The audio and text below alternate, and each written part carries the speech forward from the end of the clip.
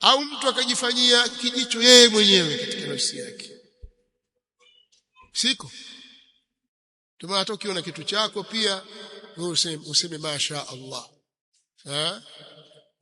ili ukiepusha na aini. Unaweza kumdhuru mwanao kwa sababu ya kijicho. Kuna watu wana aini,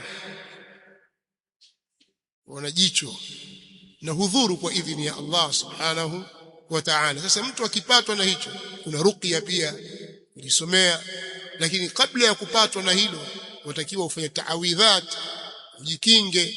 ukinge watoto wako, na hasa kwa adhkari za kuingia na kutoka asubuhi na jioni, wakati wa kulala, wakati wa kuamka, ili usipatwe na vitu kama hivyo, na kujiepusha na vitu vyenye kupelekea hilo. Kama kutaka kudhihirisha madhahiri zako, vitu vyako vizuri kama wanavyofanya watu, wakaviposti kabla hajakula, tayari kashapiga picha kaposti kwenye mtandao, karusha dunia nzima ishaona hajakula hapo. Kupatwa na aini vitu kama hivyo.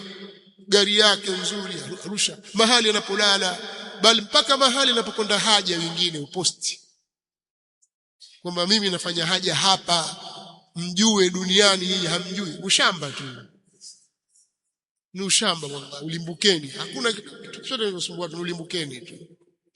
Unataka uone watu, wewe unapolala, wewe unapokula, wewe unapokidhi haja, watu waone kwamba wewe uko huendi maporini tena siku hizi, kwenye machaka. Kwa hiyo wewe siku hizi wakidhi haja hapa, ni ulimbukeni tu, hakuna kitu chochote.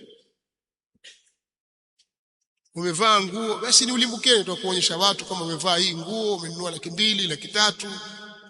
Saa wapiga picha sawa, kwanza waonyesha saa hivi watu waione. Wallahi kama huu si ulimbukeni, basi duniani hakuna ulimbukeni.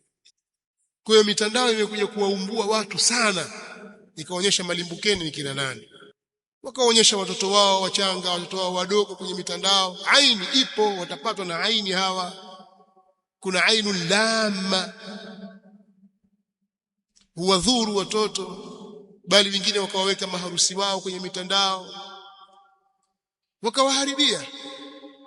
Macho mabaya yapo. Kwa hiyo kujifunga na kujiepusha na vitu kama hivyo ni jambo muhimu sana. Usijiingize katika mambo kama hayo.